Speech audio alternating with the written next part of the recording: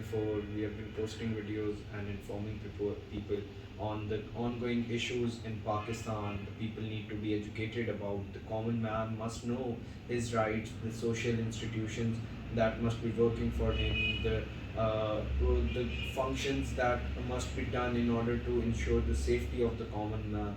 Today, I'll be going over a very broad topic of the wages in Pakistan.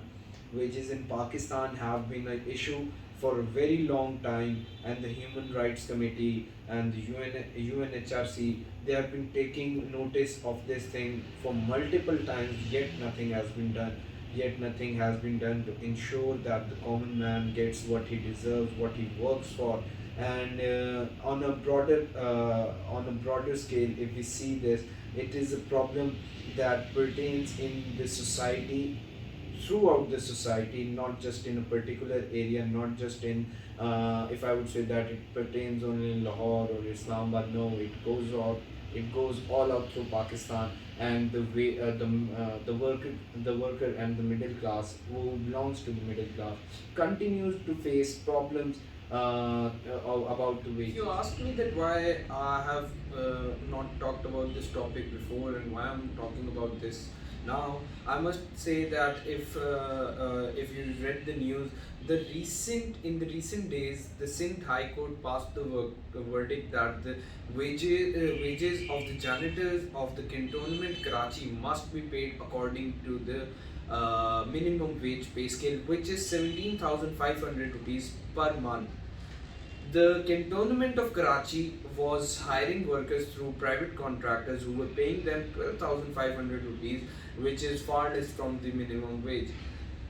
The issue at hand is that the verdict for minimum wage was passed 3 years back. I think that the issue we are facing here is much more to be discussed on a state level than instead of this video. But here we are. The verdict for the minimum wage was passed on 3 years back, and it took 3 years for this country to implement a decision which was made and was to be taken into action on the next day. I believe it should have been taken action on the next second as soon as the judgment was given by the judge, but in this country it took 3 years for that decision to be implemented.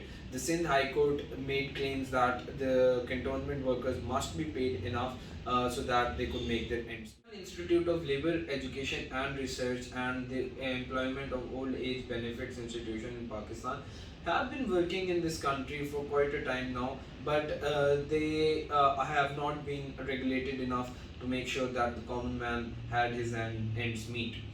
We need someone to work for someone who looks after us every day. The janitors, the road cleaners, the petrol pump workers.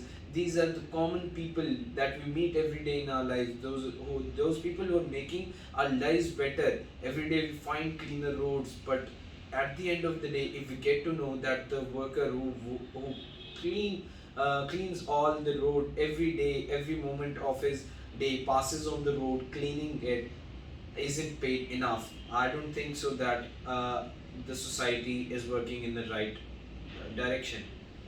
The problem that we face, that the common man, which I'm talking about, the worker class, is facing in this country, is that they don't know where to get their rights from, and the institution doesn't have enough statistical data to get those people in the right direction. So where does the problem lie? As I've been mentioning earlier before in my videos, that the problem lies in educating the common man, educating him enough to know his rights, know his values enough so that he could survive in a society all in which we are living in. So moving towards the statistical data that was provided by the Sindh Institution of Social Workers and EOBI, they've been making claims that people do not get their money, do not get their rights and their social security values through the institutions, because the institutions have been corrupt for a long period of time. I know I'm making certain claims, but I know enough people who have been facing enough issues Those people refuse to come on camera. That's why I'm presenting this research and not conducting interviews today. But the problem is that why do we have these institutions in the first place if they cannot be regulated? Talking about the provincial institutions such as the Punjab Social Security or the Sindh Social Security Institution, these institutions can be regulated through the federal authorities. Why is there a federal authority if it cannot control the provincial institutions? It cannot question the provincial institution. Why does the provincial institution does whatever it wants, corrupts, uses corrupt practices, and instead of providing the people with their funds, muddles through and makes claims that they haven't been receiving those funds. It would take another day or another week or another month to give those funds. My own driver, I would say, said that it took him 4 months to get a check cleared of 8,000 rupees. 8,000 rupees holds no value to me or to the viewers, but instead those 8,000 could bring food to the table of that driver, and he could have paid his son's tuition. Conference, Naseem Sadiq, talking to the media cell, made claims that 65% of the people in Pakistan have not been receiving their minimum wages. I must remind you that this 65% people belong to the people who are registered in the state institutions, and we have no data about the people who are not registered in the social institutions.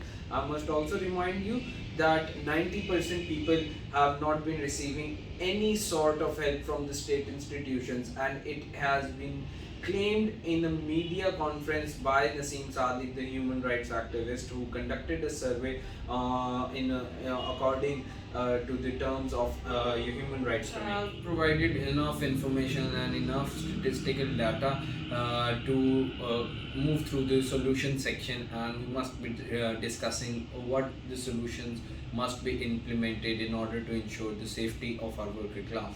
The first and foremost important thing is that regulated policies, regulated federal authority is and check and balance over the institutions must be ensured in order to make sure that the working class is not exploited and is not provided with its right. The second thing is that the payment channel of the fees or the salaries of those workers must be through banking channels. Instead of those cash payments, there must be a transaction record present in the bank, which anytime the government or the state institutions could check and make sure that the workers have been paid enough. And thirdly and last thing is that we must ensure that enough knowledge is provided to our people, that they go and register themselves in the state institutions such as the SESI, Pilot and the EOBI in order to enjoy the benefits of those. And to that, we'll continue making these videos in order to ensure that a common man is educated. Thank you so much.